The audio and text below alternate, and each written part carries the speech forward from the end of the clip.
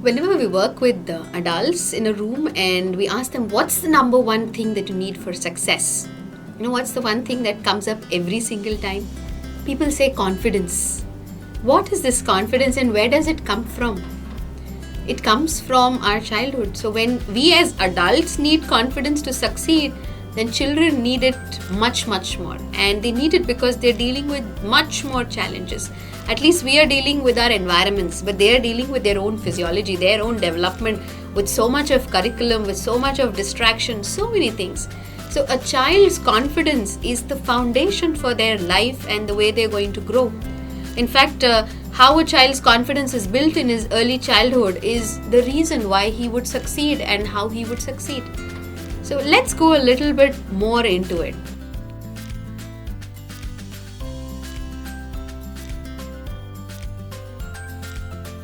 Now, when we say confidence, there is a lot of myth around it. A lot of people come to us and say, he doesn't speak to, when the lot of guests coming at home, he doesn't speak to them. That's got nothing to do with confidence alone. It could be the child's personality. Or we think when a child doesn't go up on stage and speak, it's about confidence. There are different kinds of personality and there are different inclinations that children have. Not going up today on stage may not be, the same scenario tomorrow. It is just different phases. So as parents, it's not for us to link confidence to, what everybody else is doing and that your child can't do. That is not about confidence. Let's go a little into what exactly confidence can be. Confidence is directly built to the self-esteem of a child or the self-image of a child. When the child looks at the mirror and says, this is me, does he love himself? Does he like himself? Does he want to work with himself? That decides confidence. It is true for us also. Look into the mirror and you will see yourself saying, I can't do this, I can't do this, I'm like this, I can't be this way. And that's closely linked to your confidence. So when we understand this, instead of going into any complicated theories around confidence, I would like to make it very, very simple for you as a parent. Whenever a child is dealing with some situations, as growing up and going into real life and dealing with his environment, situations, if he is able to hear himself say to himself, I can, versus I can't, that is confidence. Is the number of I cans more or is the number of I can'ts more? That decides his success and that decides the level of confidence he has. So for us as a parent, it becomes very simple if we know it is just the direction. Is he going towards I can or is it going towards I can't? That's all we need to work around. So confidence, according to us, will become really simplified when we focus on this one thing about making them more able, making them more confident, making them more out into the world to be able to really take it in and work with the challenges around. That is going to really boost their confidence. So now that we've discussed what confidence is, we could also look at saying how is it shaped. Confidence is not like a pill that we can give to the child and it will get embedded. It actually comes from what is happening in the environment. So research proves one of the most fundamental foundations of a child's confidence is the parents. Yes, you. The parents, because it says that, what you speak and how you speak becomes their voice as they grow up, becomes their inner voice. It becomes, their driving factor.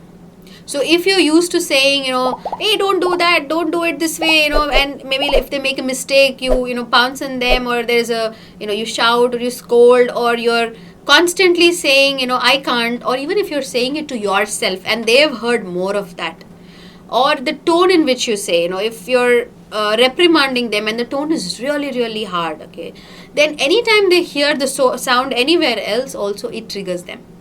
So what you speak and how you speak as parents is going to become their inner voice as they grow up. So one very important thing to look for is what are we speaking? As I said before, necessarily it is not about talking to them. It is also about what you talk amidst you both. I mean, it could be the two parents talking to each other. It could be you talking to the, grandparents or other relatives or neighbors. Whatever you are, speaking is what the child is processing. So it is very important to actually reflect and look at saying, what environment are we creating for children? Is it an environment of confidence? For example, if somebody comes home and says, okay, let's go for a walk, and if you're going to respond and saying, I don't think I can go for a walk, I'm not able to walk, you are just replying. But the child is picking up that, whenever he has to walk, he has to think about whether he can walk or not. So it is very subtly getting ingrained in the child. It could be again as simple as, if somebody is calling you and you're giving reasons on and on about your health, you would see the child also getting up in the morning and giving you reasons on and on. So all of this is very, very interlinked. So as a parent, the first thing for us is to look at what environment we are creating, what are we saying to each other, and what are we saying to the child, most important. Every time that you have a conversation with children, are you leaving them empowered? Yes, they may not be able to do it. So a lot of parents will come and say that, yeah, I can't say, I can't encourage a child when he can't do something. Very true. When the child can't do something, it is to address what he can't do and also guide them or suggest them on how he can do. Don't leave it at I can't do phase. Add it up with saying how he can do. For example, if you take a 4-year-old into playground and he can't play with the elder boys, so he would come back and say I can't. And all you need to say is, you may be able to if you learn how to play. Even if you spend every day half an hour and learn on how to kick, on how to move the ball, you would be able to. So you would see the child actually trying to play with the ball and trying to learn the skill. So my request is, don't stop at telling them what they can't and what they shouldn't. Go forward and tell them how they can, how they would be able to make the move happen. So this is about confidence.